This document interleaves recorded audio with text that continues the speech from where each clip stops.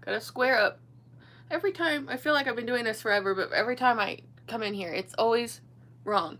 Something's always wrong. It's always the wrong angle. It's too close. It's too far away. Something's always off. We're just gonna roll with it. Here, let's scooch up. Okay. Okay. Like, I don't know, maybe fairies come in here and mess with my stuff because I don't touch it, and then I come in here and it's weird. Probably just me, though. Alright, well, hello and welcome to the show. Million Movie Project presents this time.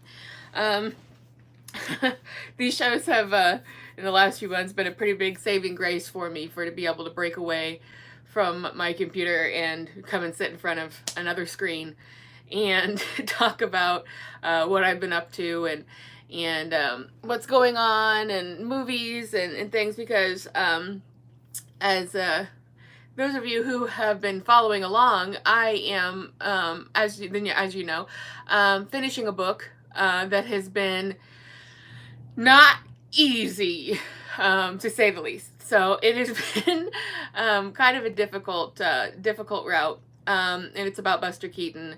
The last couple decades of his life. It's a companion book to my documentary that's on YouTube that you can watch for free. It's called "Oh Buster, Where Art Thou?" Which is the story of his life, essentially told through the lens of his friends and family and fans and some historians and things like that. So I've been saying for months and months at this point, I'm finishing the book, and I literally am finishing the book. Like, I'm really finally in the final stages of finishing it, but it's been a very difficult, strenuous thing. The movie and the book together I've been working on for the better part of 13 years. So it's going to be available for sale on Amazon in pretty much all formats November 25th of this year. Finally.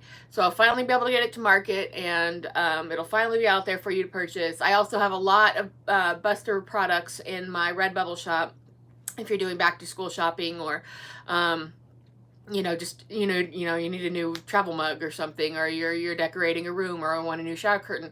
I've got over almost 1,000 designs, which vary from psychedelic stuff to psychedelia to retro patterns to my paintings that I do, which is a magical realism style, and a lot of Buster stuff, and a lot of the upcoming Buster stuff that crosses over from between the movie and the book, and so you can if you're going to go to Target and you're going to buy some sort of home good or a clothing item or something anyway that everybody has, you can go to Redbubble, buy something from an that's got something original on it that you can't get anywhere else. But if you want something of mine, you have to buy it from Nicolette Abides. That is the dude abides. Nicolette Abides. That's my handle. If you buy any of my stuff from anywhere else, it's counterfeit, which I have a big problem with. But I just don't have the time to try to hunt it down all the time. I do the best I can to try to make that not be an issue, but I know that it has been an issue because those people are pirating my things, low quality. And that's why whenever I have to post, when I post my art online, I have to put watermarks all over it because people steal my shit all the time. So that's what's going on with me. So it's nice to be somewhere else, to think somewhere else, to do something else. I'm trying to be more social online, more engaging and involved with people, talk to more people and let them know about all these things that I'm doing. Because I know that there's a lot of old-timey fans and classic movie fans and Buster fans that I haven't reached and I haven't talked to yet, and I'm trying to do that right now. So it's been a very busy time for me, and pretty soon I really will be all the way done, and pre-orders can start. You can't for some reason pre-order a hard or softback, paperback rather, book. They are made to order though, but for in the same vein, you can pre-order a digital version, which is also infinite.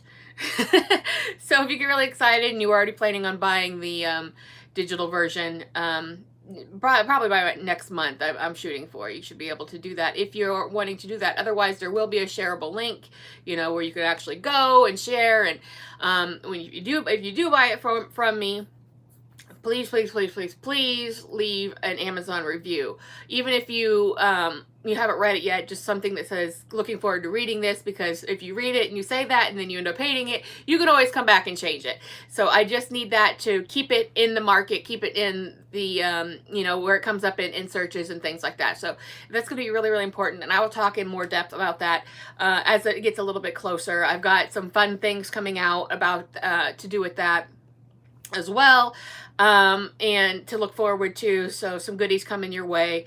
And also this time next week, I'm going to be sitting down with Julie Hoyle of Your Story Matters, which is a web series that her web series, and I will be a guest on that show. I don't have an exact date on when it's going to be available, but I will share it on all my socials. I'll share it in all the groups. I'll share it everywhere I can think to share it. I'm looking forward to getting to talk to someone else instead of just sound of my own voice for once. So that's going to be a lot of fun. I'm looking forward to it. So thanks, and shout out to Julie. Check out her YouTube channel. Very interesting stuff there. So, okay, where are we? So I know that this is the Million Movie Project, and I tend to talk about movie and TV related stuff when I do these episodes. And on Meanwhile Back at the Ranch, I talk more about the book, but about Buster, about what I'm doing, this and that. And I think probably a lot of people are like, well, you know, get back to it, get back to it. I get you. I hear you. But I'm really in a place right now, if you've seen my last few episodes of both shows, and it just looks like this. The only difference is the title and kind of the topic. Gosh, I'm sliding down. Give me a second here. I'm sliding away. I'm just going to slide out and go into the abyss. Okay. All right. Now we're okay. Now, all right. All right. So, I have kind of had to switch topics, and I always said, you know, as I was going through with this, that there would be special episodes. You know, I know eventually when I'm less busy with the book and everything, I want to do, you know, a couple of in-depth genealogy how-tos for people. That's something I've been doing my entire life. My family does it, so it's something that, you know, I've talked to a lot of people who are like, oh, I'd love to get into it, I just don't know what to do. I can help you with that, and I wanted to kind of do something along those lines. You know, there's some,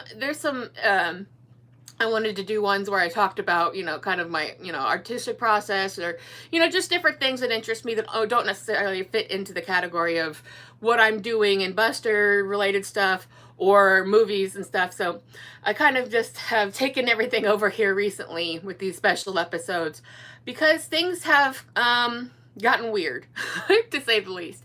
I generally don't like to get too personal about what's going on in my life because there's just not enough time, and, you know, nobody's really trying to hear it. But the issue of that is that with all of these labor strikes and labor unions forming very rapidly together, it has coincided with and involves directly the use of AI and automation. And this is something that I am, you know, having an issue with personally. And that's not, I didn't think, oh, it's affecting me now I should talk about it. No, unions and labor unions have always been something that have been really important to me. And I'm super thrilled to see them coming back. Full disclosure, I've never been part of a labor union. I've always wanted to be. But, you know, things just happen how they happen. And it really wasn't until this last couple of years where the concept really started to come back. And I really want to talk about that while it's involving us all, because the things that have happened to me in the creative and the technical writing fields are going to happen to you. And I don't want to sound like I'm fear-mongering or scaring people. And another little side note, if I use the wrong kind of language, my videos will get flagged or maybe deprioritized to where people can't find them in searches. So my language might be a little bit funny, but I think you'll understand me. And I also want to apologize for the fact that I never put captions on my videos, but these are so long and I'm so busy. It would take forever. And I really, really apologize for that. If somebody else would like to do that, I don't want to use like the auto-generated ones. I don't think that helps my case. And because, you know, part of all the things that are going on with the AI and everything and all of that. So I really wanted to start covering in a little more depth what's going on with the strikes, what's going on with the formations of labor unions, how this is affecting people and why it should matter to you. Because I use myself as an example, and I'll quickly recap for those who are new to the party here. I am I don't yet make my living. I've always been the person who bounces from thing to thing to thing to thing. Like, not career wise necessarily, but like, I have a lot of interests. I have a lot of irons in the fire. And I've always wanted to be a writer, as an author, like a fiction writer and an artist, and support myself that way. And I'm trying to transition into a place where that is my main source of income. But in the meantime, I've spent many, many years, and before the pandemic happened, as a remote worker, doing technical writing. That's the kind of thing where, it's like you write things for textbooks, or you write things for, medical information, or, just any kind of thing that you wouldn't necessarily sit down and read, like things for manuals, or, it's not something you'd want to read. And it's not really even something that needs all, like, so much finesse that a computer couldn't do it. And that's exactly what's happened. I contracted with a company mainly for about 8 years, and an educational company. And then a couple of years ago, they rebranded with AI in their title. At the time, it really wasn't, registering with me what was going on with that, or why it would matter. It's an international company. I just figured they're just doing what they're doing. They're trying to branch out, whatever. So ultimately what happened was, the work that I and other writers were supplying to them, the technical work that we were writing for, was used and has been used and is being used to educate AI models so that they don't have to have a human work staff anymore. And this entire year, I haven't gotten one contract. And that is my primary source of income. And it was always a pretty shitty situation anyway. It's like, like maybe I'll get paid.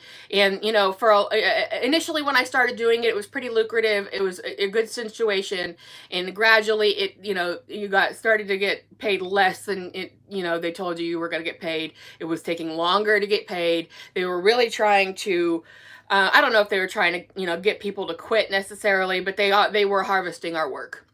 So I don't know how many more, if it's affected the entire staff of workers, or just me. I think not, but that's what's going on. And at that point, when all this kind of clicked in my head, like that this is going on, plus at the same time we have the WGA and the SAG AFTRA strikes, who are also trying to lobby against the unlawful use of using these models to write for them, to create key artwork for them, and to literally cast background actors with them, because this technology is absolutely unregulated. So it's not just me, and it's not just them, and it's not just the creative fields, which I will, elaborate a little bit more on here in a minute. And it's literally everything. And I think that a lot of people don't realize what's happening right now. We have left the digital age, and we're now on into a new era, which basically leaves that behind. And we're in a place where all industries are being affected, and all moments are being affected. Right now, as I record this, YouTube is taking my image, taking my voice, taking the way that I speak, and using that information to inform AI models, not necessarily to clone or copy me, but to use that information to help make their models more fluid, more human. You may have noticed I speak with a little bit of a lisp. I have kind of unusual sentence and wording structures. I use funny voices here and there, and that's very unique to me. But if you think about me doing this, anybody else, billions of other people on YouTube doing the same thing for whatever their reason, doing it on Twitch, doing it on TikTok, doing it on Facebook Lives, doing Twitter Lives, doing Tumblr Live is apparently a thing now. But anyway, point being is, and Zoom now is doing it. They're putting it in saying, hey, we're using your image. Get over it. And they're all doing it. They're all doing it because it's almost a space race situation. The first technological company that can provide the most fluid, the most comprehensive, the quickest response of fake humans, is going to be the next astronomical billionaires beyond what we've even seen today, which, yes, of course, should not exist, but it's going to get so much worse. And that's why I'm on this kick, and that's why I'm talking about it, and that's why it should matter to you. Just because it's happening more in the creative fields in front of your face, and you think nobody could replace me, I guarantee you, you are replaceable. And soon, there is going to be an employment crisis way beyond anything we've ever seen before, way beyond anything in the past, way beyond anything now happening. But very slowly, people all across all industries are losing their jobs and their contracts, to where their companies are figuring out more and more how to replace their human work staff with AI that runs automation. And why is this? Because robots don't need sick days, and they are all chasing this idea of this mythical idea of infinite growth, and that is something that is absolutely unregulated. We're in the Wild West as far as that concerns, and these companies are going to get so big, and already this is happening, that they are going to make sure, just like everything works now, that the people that are supposed to represent us, now forget about Team Red, Team Blue, I'm talking about the entire system, that the people who are supposed to represent us will be paid conveniently not to do that. So that these companies can just wreak absolute havoc. And then at the same time, we don't have any social safety nets. You know, we pay all this money in taxes, and we don't get anything back at all, anything. You know, and you know, a single person without kids, they don't get any tax breaks whatsoever. And the people in the lowest earning income brackets pay the most amount of taxes compared to people in the highest income brackets. And I know this is not a surprise to you because you pay your taxes, and you know how all this works. And it is, you know, we are living in the dystopia that we don't need to be living in. We could be living in the Jetsons, and we're living in hell, okay? I mean, I know this is not news to the majority of you. And if you're, you know, you're a stan or a sycophant of these people, of the billionaires, or of certain personalities, you know, public representative personalities, then I'm not talking to you, because you obviously have some stuff to learn that you're not going to learn from me. But what I want to talk about here is that there is a lot more going on with all of this, because labor unions, I'm not going to give you the whole history on labor unions. You can, you know, you can look that up. They're basically the best thing to ever happen to workers, okay? And I don't think workers really lord the idea of, oh, we're in a union, we're so much better than you. Likewise, people who aren't in unions feel like they're better than us necessarily. We just, those of us who aren't in unions or don't have any kind of union qualification, or anyone to join, know that we don't get that extension of protection. Know that we don't belong to a group of people who has bargaining power against the powers that be, whatever they are, right? So it's something now that I've been kind of mentally working towards for a long time, because of all of this stuff coming together and this problem starting to snowball. Because I know you're out there thinking like, okay, I'm not an artist, I'm not an actor, I'm not a writer. I work at a job. I work at, I'm a baker. I'm a, you know, cake, what is it? Baker, cake, I can't remember, candlestick maker, something like that, whatever. Doesn't make a difference. It's like, I own a small business. I own, you know, this, that, and the other thing. I'm telling you, if you're going to get pushed out, and the powers that be are going to allow this to happen. And if you're caught unaware the way I was, you can be in a world of hurt. You really can.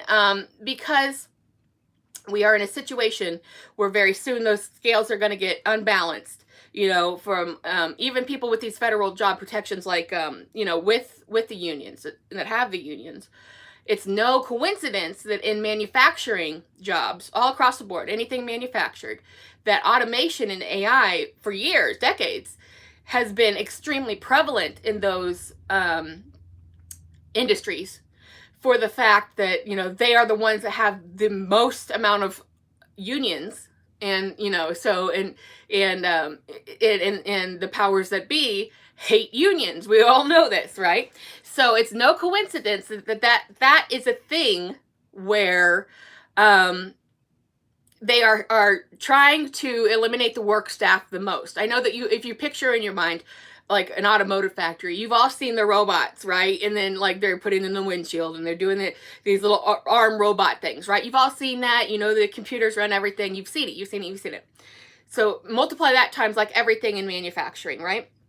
So that's where we really are at the apex of that. And yeah, and even someone just commented, even food is can be made by robots. Anything a person can do can be done by robots, and I say that generally. Also, I use the term AI generally, because AI, I need to clarify, is not real. Okay, it stands for artificial intelligence, and that's not a thing, at least not now. All it is computer programming. Okay, they're just informing and improving, or informing programs, you know, that they have created to mimic human jobs and human mannerisms and humans. Okay, so and I know every one of you who's ever called to pay a bill or called a company to do something has spoken to let me help you with your thing today, and then he's like, I don't want to talk to you, right? You know, like, I'm not trying to talk to a goddamn robot right now. And that was long before any of this is happening, right? So we are at the cusp of something very, very bad happening to us as people. And these people who are striking, like the WGA and the SAG AFTRA, they're making that very visible to everyone right now on how it's affecting their industry, right? And it's super cool right now because there's so many groups far and wide that are trying to form their own labor unions. Right now, the animators and VFX teams are trying to form a union, and I think that's great. That would just absolutely cripple the entertainment industry if they formed a union and went on strike and got rights. You know, the who are they? The like reality TV people are trying to form a union as well. So, and it's not just this great big group of people at the top that are very recognizable. It's all the way down to people, restaurant workers and stuff. There are a huge numbers of union organizing groups going on right now. And I strongly, strongly suggest that you start talking to your coworkers about your employment, and about your wages, what you make. It is illegal for your boss to interfere with any kind of unionizing. They will anyway, and they will think of reasons to fire you. So if you want to start trying to form a union, document every single thing. You need like multiple documentations, your own documentation, have a person who is there to document everything that happens. They will find a reason to fire you. You know, you could be the model employee, but they will find a reason to fire you to try to stop you from organizing. And don't buy into that we're family shit, pizza party Fridays. That's all horseshit. Don't buy into it at all. I don't care if you're happy in your job. They are making their living. They are making a fucking killing off of your labor, okay? And as soon as they can replace you, I don't care if you're a secretary. I don't care if you know, are a baker. I don't care who you are. You will be replaced. And that's why we need to move into this new area of unionizing. That protects people for just being people, right? Everybody who isn't eligible for a labor union, because labor unions are great for people in certain industries, hopefully eventually all industries. But what about people like that are retired and who were never part of a union and don't have any of those, you know, things extended to them? What about the elderly? What about people who are chronically ill and disabled and, you know, never had that kind of protection or unable to work at all?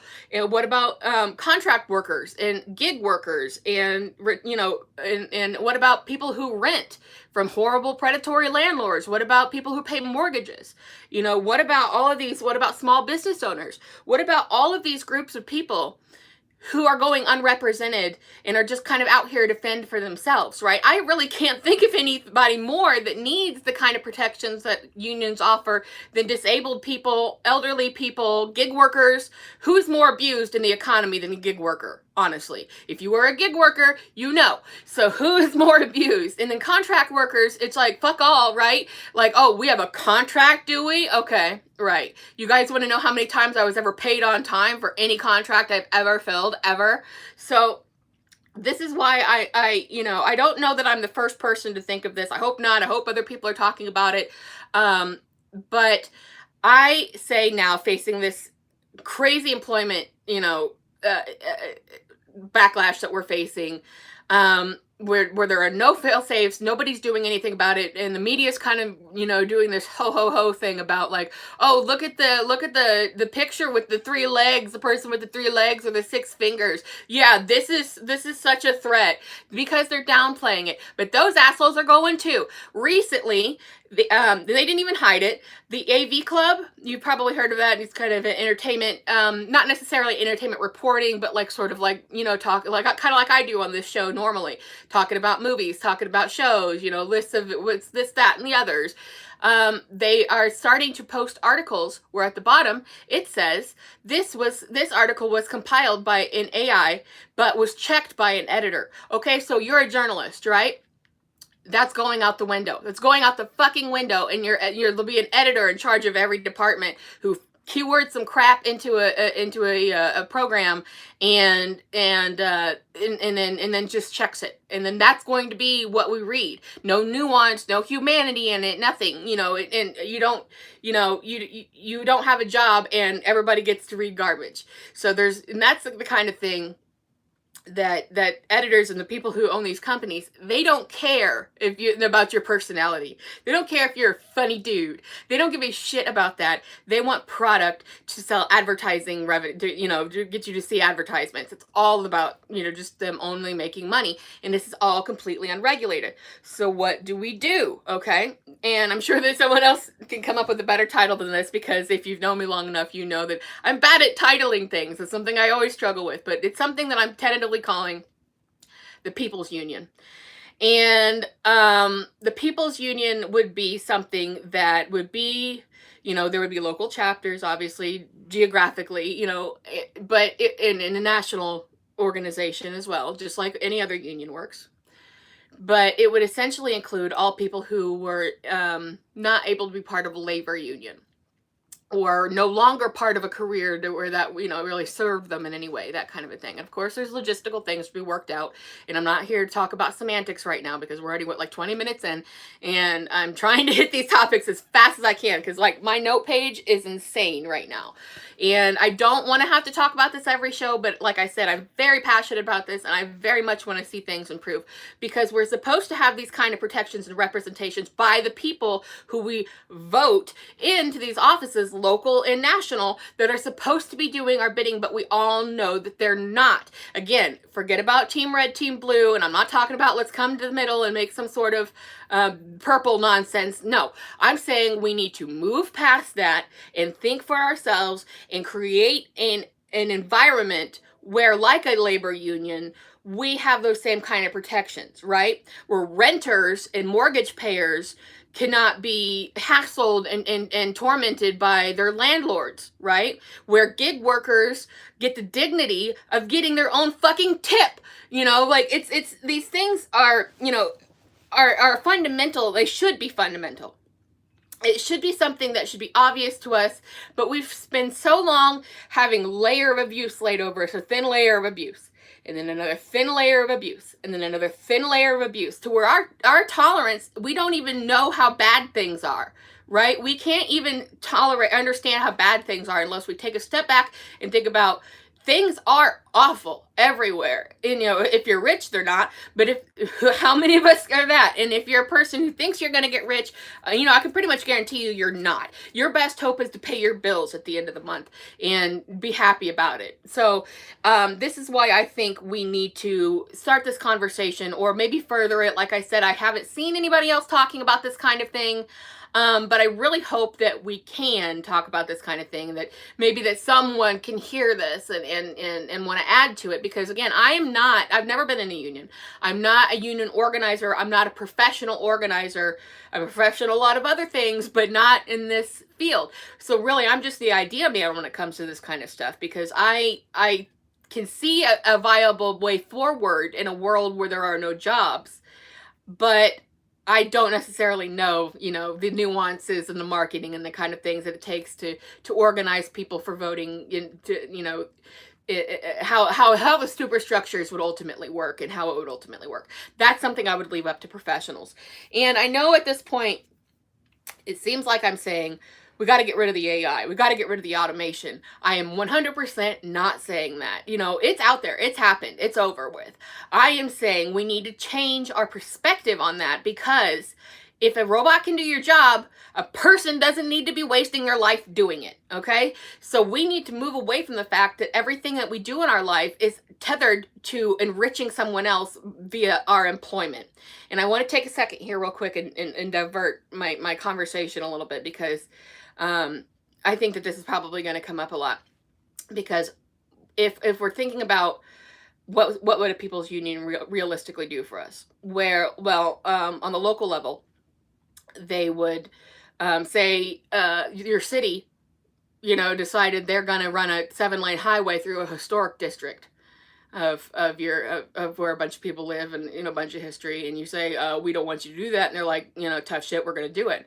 If you had a labor union, or excuse me, a people's union to represent you as people and represent your collective wants, and say, no, you're not, and we're going to challenge you. And they'll say, well, what are you going to do about it? You can't stop us. And we'll say, we can stop you, because if you try to do this, we will go on.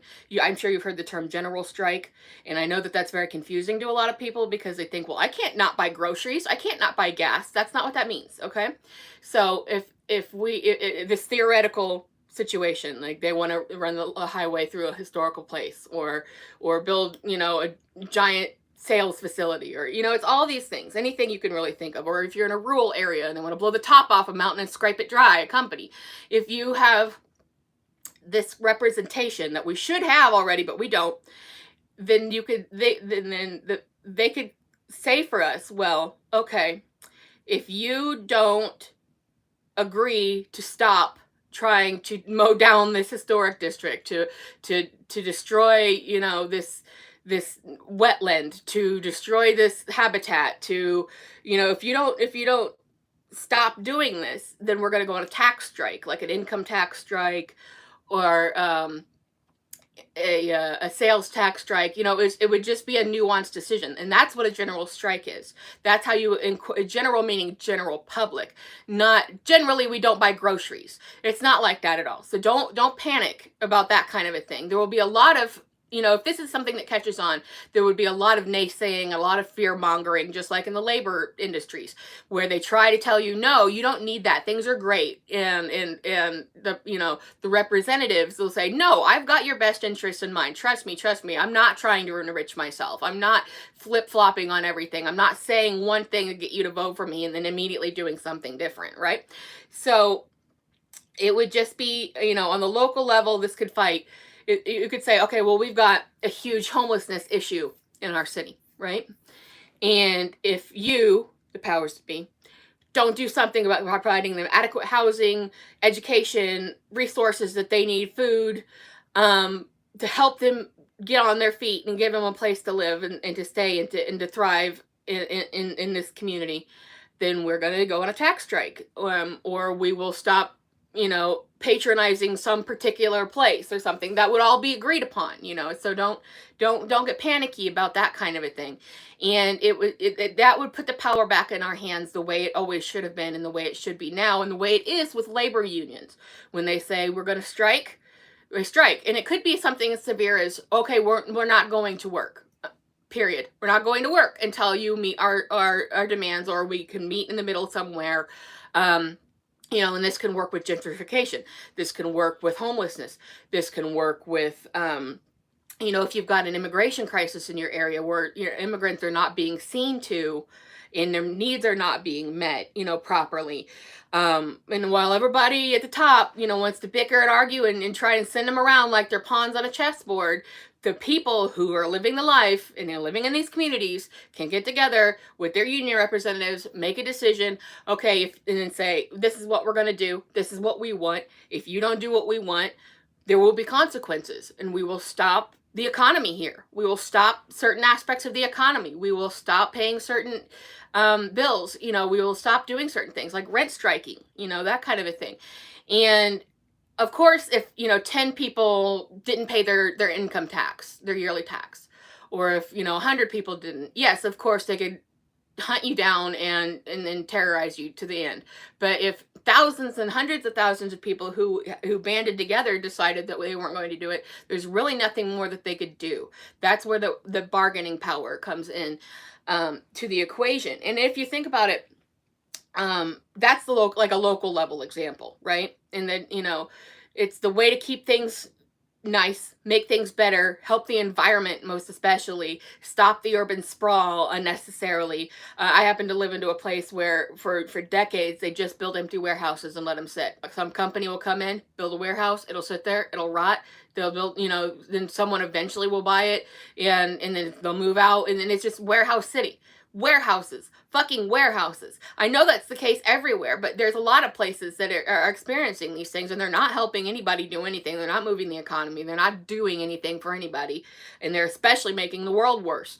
So that's a local level kind of concept. But on the national level, say that people, you know, all the chapters, all the mini chapters get together on the national representation, and they say, all right, well, we are deciding now that if you don't provide us, you know, we're out of work. There's no more jobs, and we're okay with that. But if you don't provide us a universal basic income and universal health care, then we will do a tax strike. We will do some sort of retaliatory work or strike that you will find unhelpful and unmoving, you know, to the economy, to your wishes for us, to the powers that be, of course.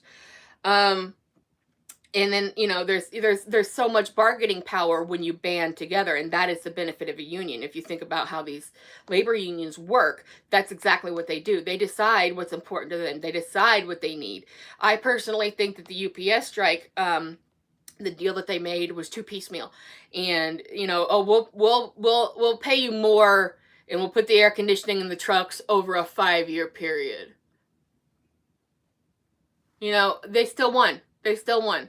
And I know people want to work, and that's not what I'm saying. I'm just saying the jobs are going to go away. You know, you say you Uber, right? They've already got cars that drive themselves now. That's already rolling out. That's happening. Then that was always the goal. Okay, you're a truck driver. They have automated trucks now. That's happening already. You know, so these things are already happening. So you are not secure where you are, but you would be secure if you had representation like a labor union represents you. Because I know a lot of people that can't just go be like, oh, well, I'm not educated to go be an engineer. I'll just go do that, I guess, because my job's gone. Or someone like me who has had a chronic illness their entire life that really dictates everything that they do. It's not like, oh, well, my technical writing job is gone now, so I'll just go work at FedEx. That's not how that works. Everybody knows that's not how that works. You train, you know how to do your one thing that you know how to do, or a few things that you know how to do, and the more and more that cycle tightens, and the more that you get to a point where this is evaporating and your jobs are evaporating, and there is no real what do you call it? Like when you're applying for jobs now, they're not real. They don't exist. Not just that they're scams, but they don't exist. You know, the companies just put them out there, right? Just try to see who's going to apply. They don't tell you how much you're going to make. And every single company is benefiting off of someone else's labor. There's always someone at the top who is a rich asshole who is getting all of your work. And that brings me to the point of, I know I'm kind of ping-ponging around here, but I've got, you know, a limited amount of time that I really want to try to get to everything that I want to try to get to on this overstuffed piece of paper right here. But so when I say that here's how it works on the local level, here's how it works on the national level. This is also how we could get, you know, laws passed. You may have noticed that no matter who in the system is running it, I'm sorry, it just started raining really hard. I was wondering, like, are they busting into my house right now? Just FYI on that. Like, I can't, you know, just like anybody who makes content, I don't know who's watching me, and I don't live in a safe place. And I don't mean crime. I mean people who don't want me to say things that I'm saying like this. So, I'm skittish a lot of the time. I'm worried a lot of the time. I don't know what speaking out could really lead to. In all manners, in all ways. And that's something that people in unions, in forming unions, threats and troubles and retaliations are something that they face greatly, and they try to throw you off of doing it. And I don't really know necessarily, my videos don't get that many hits, to be honest, but I don't know necessarily that makes any difference. What I'm saying, I'm saying. So, you know, it's the kind of thing, it's like, what kind of retaliation could I be setting myself up for? So I'm not going to cry baby about it. I'm not going to actively try not to actively worry about it. But I think that is something that all organizers face, all people who are trying to say things like this that want to change the system are facing. But let me digress from that at this time, and say that where I was going with this is, like, there has always been the discussion of universal basic income. We're talking back, forever, basically. Martin Luther King Jr. used to talk about the need for universal basic income. And let's draw a line there about that. How that story ended. I'm not being funny. I'm sorry. That was glib. I'm not comparing myself than that in any way. I'm just saying this is not a new topic of conversation. So the issue being, and of course there's logistical stuff to work out, like, should people who are wealthy get it? It would work, in my estimation, no. There should be a cutoff, but I'm not going to talk about the semantics of it now. But if you know anything, or you live in Alaska and you know anything about how the pipeline works, they get a dividend, where they get every year. I'm not exactly sure when the payout comes, if it's monthly, bi-monthly, yearly, but they get a payout for the use of their land, simply by the fact that they live within the boundaries of Alaska, and a resource within their land is being taken away from it. Okay? Doesn't matter if it was just sitting there, nobody was using it. The people who want to take their resources away have to pay the citizens for the right to do so. All right? So the dividend that they receive is not so different than a universal basic income. And universal basic income isn't like, oh, here's my, $4 million check a month, right? No. It is basic income that is tied to inflation, and it essentially would be like, I don't want to put figures against it, because, again, like I said, tied to inflation, but it would be like you get like a monthly check that would cover like 90% of your bills, 90 to 100% of your bills, depending on your living situation, of course, which would mean whatever income you did bring in, or whether it was what you created yourself, like through your own businesses, or if you did have a job, that money would go to living your life, paying anything extra, paying for repairs of your house, paying for a house, getting to have a house, which we know is a fucking pipe dream, in this world. It would enable people to adopt children where they couldn't necessarily afford to do so before. Same with pets. Enable to adopt more pets. It would enable them to invest more in their communities, right? It would enable them to start businesses, because they had that security safety net that couldn't be taken away from them. And every study that's been done with universal basic income through private entities has found that, yes, of course, there are a few people who spend all the money on candy, okay? But there are, for the most part, consistently, through these different entities all over the world who have tried it, have found that when people live where their basic needs are met, and they basically aren't worried about making ends meet, then they take that extra income, and yeah, they do live nicely. And why shouldn't you? Right? Why shouldn't you? Right? That's ridiculous of a thought. That's tied to, the grind and all of this stuff. No, you should not be living to work. You should be working to live and making your life better. And they find that not only do people start their own businesses more readily with that, because they can raise the capital more easily. They also do things to enrich themselves. Like they don't have the kind of strain and stress and worry that they had before. They don't have to go without because they can't afford certain things. They don't have to look to the community for help. They don't have to be part of social services that offer them certain things. But then they can afford now to do on their own. They stand on their own 2 feet. And if you think of the people on the lowest income brackets, who are just absolutely taxed to ridiculous levels. This helps them become sufficient in a way that they don't have to live the worst lives possible. You know, they can live good lives, and everybody deserves to live a good life. Everybody does. Everybody does. I don't care, you know, what you like. If you think, well, I work hard, why shouldn't everybody work hard? Well, wait till your job's gone and sing me that story again. So here's a thing that comes up. It's a completely bad faith argument, I want to say, and I want to point. I'm not gonna spend too much time on this, but people will say, stupid ass billionaires who don't know what the fuck they're talking about will say, no, the answer is not universal basic income. That's babying people. The answer is a federal jobs guarantee.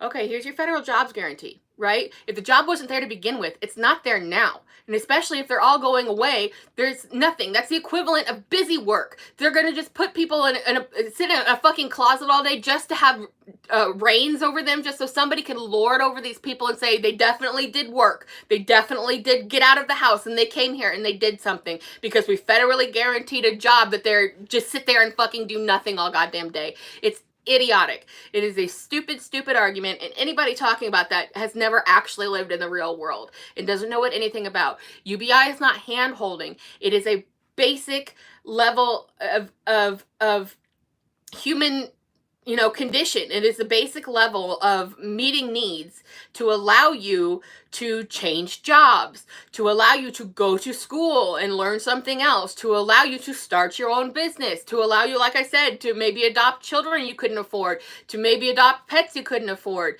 to do things that enrich your community, to maybe spend some time doing some civic stuff that helps somebody else out. You know, it enables everything for the good. And like I said, of course, it can be abused. Of course, there are people out there who spend their blow the entire wad on candy. Sure. Fine, whatever. You can point that out all day long, but it's not going to make a difference because it is something that should be going on no matter what. And we should, of course, have universal health care to go with it. And I'm not talking about M4A. I'm not talking about Medicare for all. That is a bullshit, predatory system that is made and designed to hold people fucking hostage. Medicaid is even worse. Okay, so these things are just, should not exist. They should not exist. Okay, like, so no, what we need to do is get into the idea that we live in the future and we need to start acting like it. We need to stop doing this. We lived 70 fucking years ago where everybody's got to go out and work themselves to fucking death. You know why we have weekends? Unions. You know why you get holidays off? Unions. And we need that same sort of bargaining power to think about people who don't fall into those labor categories so that all people can benefit from having a basic income where they can live a decent life and a basic and universal health care. Not a system like Medicaid, Medicare for all, any of that. Nothing like that. Those things need to go away. And this is something that needs to be instituted, you know, yesterday. This how long have we been talking about this universal health care thing? Decades and decades and decades. There should be no reason that people die because they don't have insurance and they die from some little stupid thing, right? How many people are at risk of that happening? How many people live in fear of that happening to them? Something happening, you know, medical bankruptcy is like one of the worst debts that you can get into in this country, and it's like what indebts people the most out of everything. So it is absolute horseshit that we live the way that we live. And like I said, we're constantly just having a layer of bullshit scraped over the top of the other layers of bullshit, and another one and another one. So we get desensitized to it. You strengthen up and you become strong, and to the point that you don't realize how bad things are until you take a step back and realize it doesn't have to be this way. I don't have to live in this concrete hellhole. We can have trees. We could have clean air. Nothing is stopping that from happening except rich assholes that decide that influence, you know, going back to the 80s, and you know who was in charge then and where all this started. And that famous piece of shit scam economical that was made to enrich those at the top and use the representatives as pawns in the games of companies. We all know that's a thing. That is not new news. That is not something that we have not been exposed to. And if you are in the same age bracket as me, the millennial, you have never had a good life. You have never, unless you have rich parents, you have never not had to struggle. You have never had what previous generations have had. You have never gotten to live the life that people ahead of you have gotten to live, because they kept all the resources, they hoarded the resources, and they made sure that the future generations would have nothing, even though they were the ones that were benefiting like crazy from everything. So greed is the only thing that really is motivating any structure, any system, going on in our world. And if we don't band together just as average people and say, this is going to stop, or we're going to do, this kind of thing, right? We're going to go on a tax strike. This is going to stop. You're not going to let these people stay homeless and miserable, or we're going to go on a tax strike. You're not going to run this, 7-lane highway through our historic district, or we're going to go on a tax strike. We're not going to go any longer without health care for everyone, for everything, or we're going to go on some kind of tax strike or economical strike in some way, or working strike, just like the workers' unions do. So we have to start looking at things from the perspective of not 70 years ago, not 80 years ago, not 50 years ago, not 30 years ago, but from now, being in the future. We live in the future, and the robots are taking our jobs, and it's a good thing. This is never at any point my argument has been we've got to stop it. Yes, it needs to be regulated. For instance, like I said at the top of the hour, I am a writer, like an author and a technical writer, but I'm trying to gear my full income and my full life around what I can create, my art, my writing, my crafts work that I do. But there is a new phenomenon now in this completely unregulated AI stuff, where people are flooding the self-publishing industries with AI made up books. And they're stealing writers' identities and saying they wrote them. And if you are a writer, whether you're a self-publisher or have a publisher, there is nothing Amazon or anyone else is doing to stop this from happening. This is literally happening right now. There are writers whose identity is being taken, and these fake bullshit books are having their names put on it to say that they wrote it when they had nothing to do with it, right? And everything in the AI models, art, writing, everything. You say, why is it so bad fundamentally? Because it is populated and it has learned, everything that it's learned from has been stolen. Artwork stolen from legitimate artists so it can learn how to copy that style. Writing stolen from legitimate writers so it can copy that style. That's how this works. So yes, of course, there have to be regulations in place. Not that it goes away, but that it has to be said that without consent, and not buried in like the user terms of some website like this one or something else. But there has to be literal, actual consent from the creator that their stuff can go to populating the knowledge base of one of these websites or something. And I cannot stress this enough. Some chode sitting at a keyboard typing in some bullshit terms into a website does not make them an artist or a writer or an anything but a chode. So make sure if you see these things that you tell them that they're pieces of shit, and that that you're ruining basically everybody's life and everybody's good time, because that is something that is all based on theft.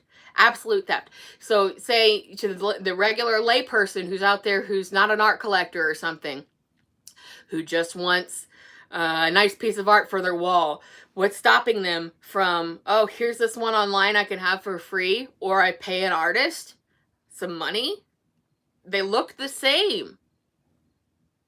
That's what that is. So, and then if you say, oh, well, I like this other author's book, so I'm going to check out their other books, and then you buy these fraudulent ones that like I said, someone made up using a computer program. Well, yeah, you read it and you're like, well, this is trash. First of all, you don't know the author didn't write it, because you're not educated on what it looks like, the difference. You just can't understand why it reads like garbage. And then you never read that author's shit again, and you paid some scammer to that was using someone else's name. So that's how it's literally affecting the art community. And that's just one minor example that how it infiltrated this particular these fields, and are using it just at will. And this is just the beginning of something to this, like this. There's no telling if it's left to just go on its own and be like this, where that's going to lead.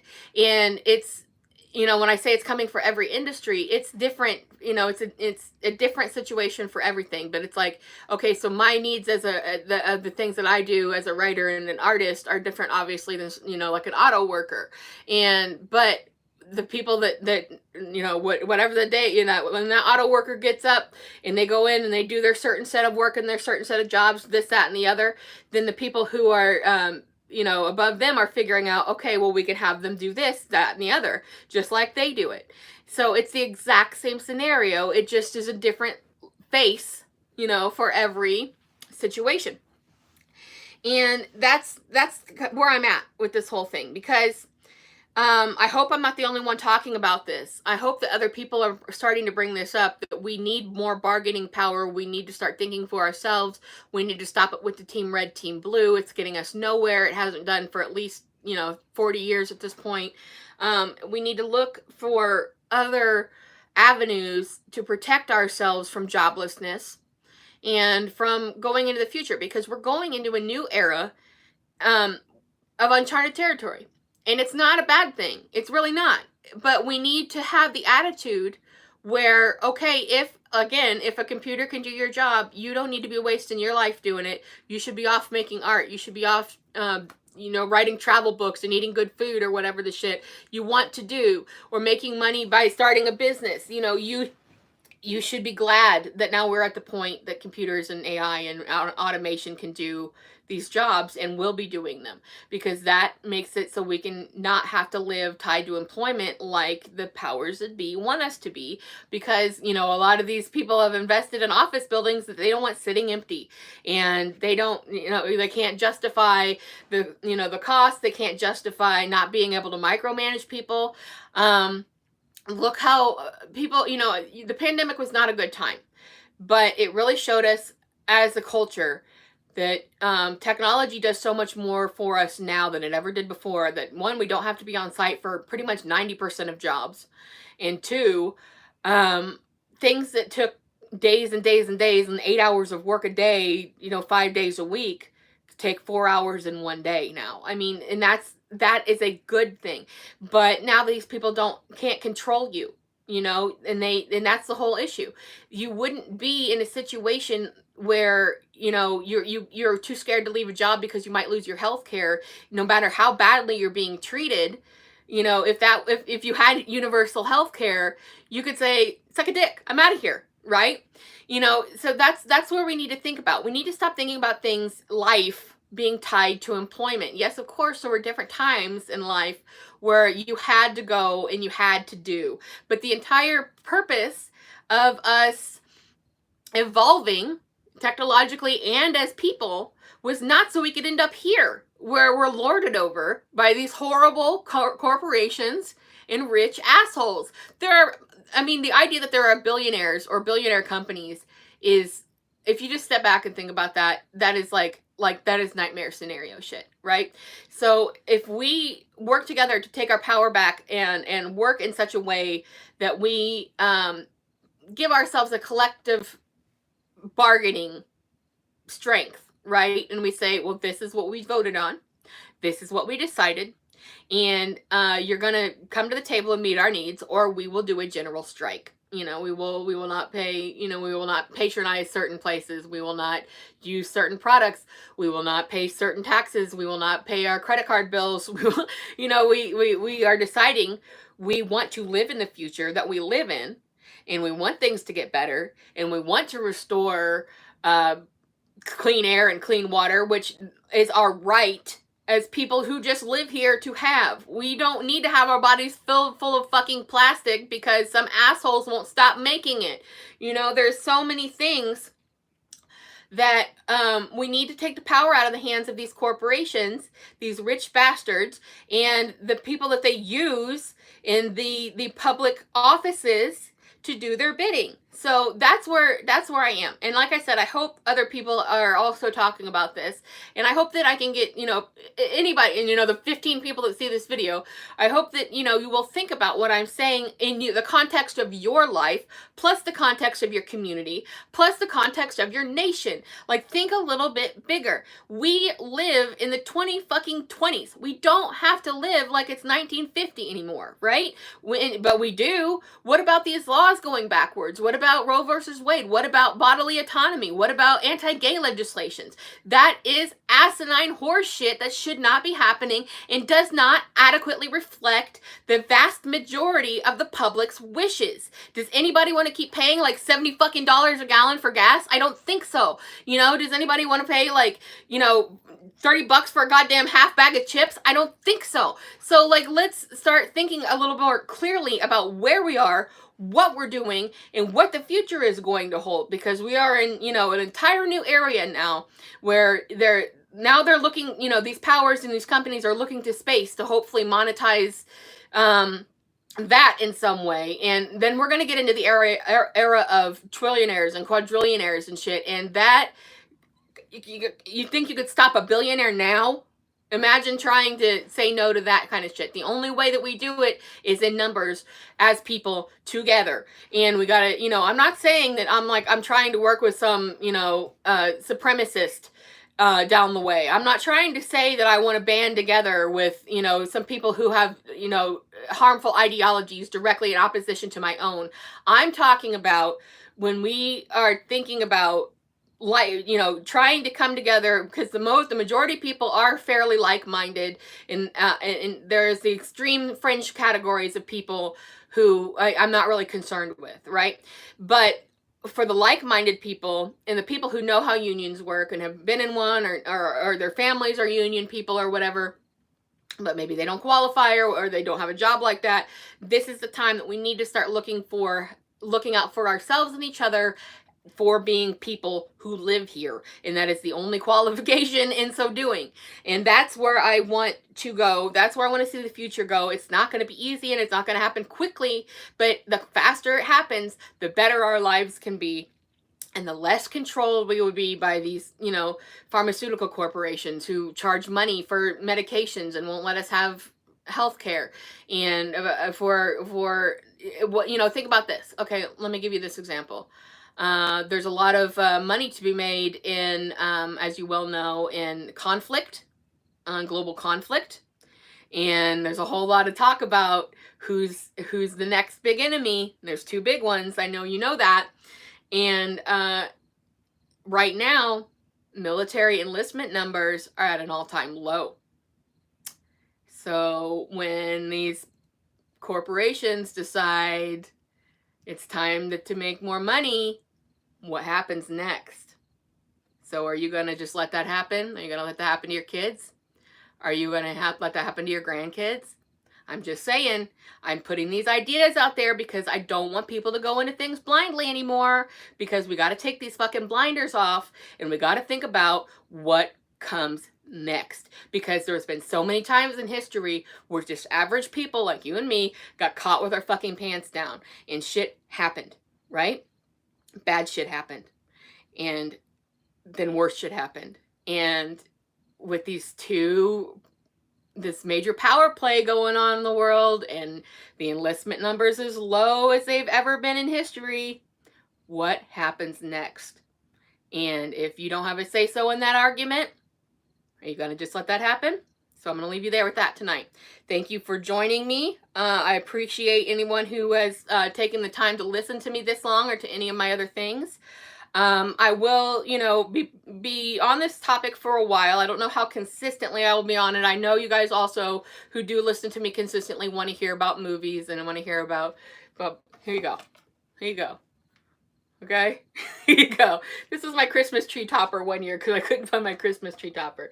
So I know you want to hear about Buster. I know you want to hear about what I'm doing. I know all 15 of you want to hear about me talk about Animal Kingdom and my favorite shows and stuff that's inconsequential because you want to be entertained and you don't want to have to listen to the bullshit that you hear every single day. But I cannot stress enough to stop listening to corporate news. I cannot, the cable news, your local news, stop. Just stop.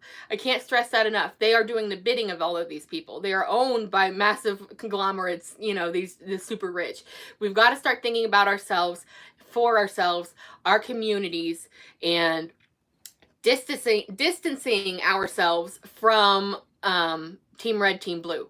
Forget about that system. We need to, you know, do a great silencing of that system and of the very wealthy corporations and people who are deciding what we can say, when we can say it, and what they want to do with our images and our jobs, and they decide our future. I am tired of having billionaires decide my future. So I hope, and things are, you know, they're not just going to magically get better. We got to take responsibility, and it sucks. And like I said, I don't know what kind of disaster I'm setting myself up for, but you should know that I would never intentionally do any harm to myself or any other person or animal or thing in any possible way whatsoever, ever, no matter what. So I know that the company that I used to work for, I haven't used their name on purpose because they have my banking information. And like I said, I don't live in a safe place. I am not in a bubble, you know. So, but I need to speak up. And I want us all to speak up. And I want us to feel safe. And I want us to live in a safe world. And I want us to live in a place where we can all live like we're in a union because we are in the people's union because we are the people. And that's all that there is to it. So for now, I bid you adieu. And thank you for listening. And I will be back the beginning of next month with another episode of Meanwhile Back at the Ranch. Hopefully with some updates about my book. I will post the link to my chat with Julie on as soon as it comes out, which I think should be late next week, so I'll get that everywhere, and I hope you watch it and enjoy it. Thank you for watching. Thank you for checking out my stuff. I hope that you will buy my book when it comes out, and I will bring you many, many, many more books and many, many more arts if I can manage to not have all my shit ripped off. So thank you and good night. Have a wonderful evening. Be safe. Listen, keep wearing masks. I don't care what assholes around you say. Don't be embarrassed about it. Keep yourself, you know, from being sick. Keep other people from being sick. It doesn't matter if you think it's just like a cold. Why do you want a cold anyways? Just wear the goddamn masks, okay? If you want to have some fun and support your community, go to your local drive-in theaters and don't do any more fucking fireworks because fireworks time is over. And I will hopefully see you again very soon with good news about finishing my forever book. So good night and thank you.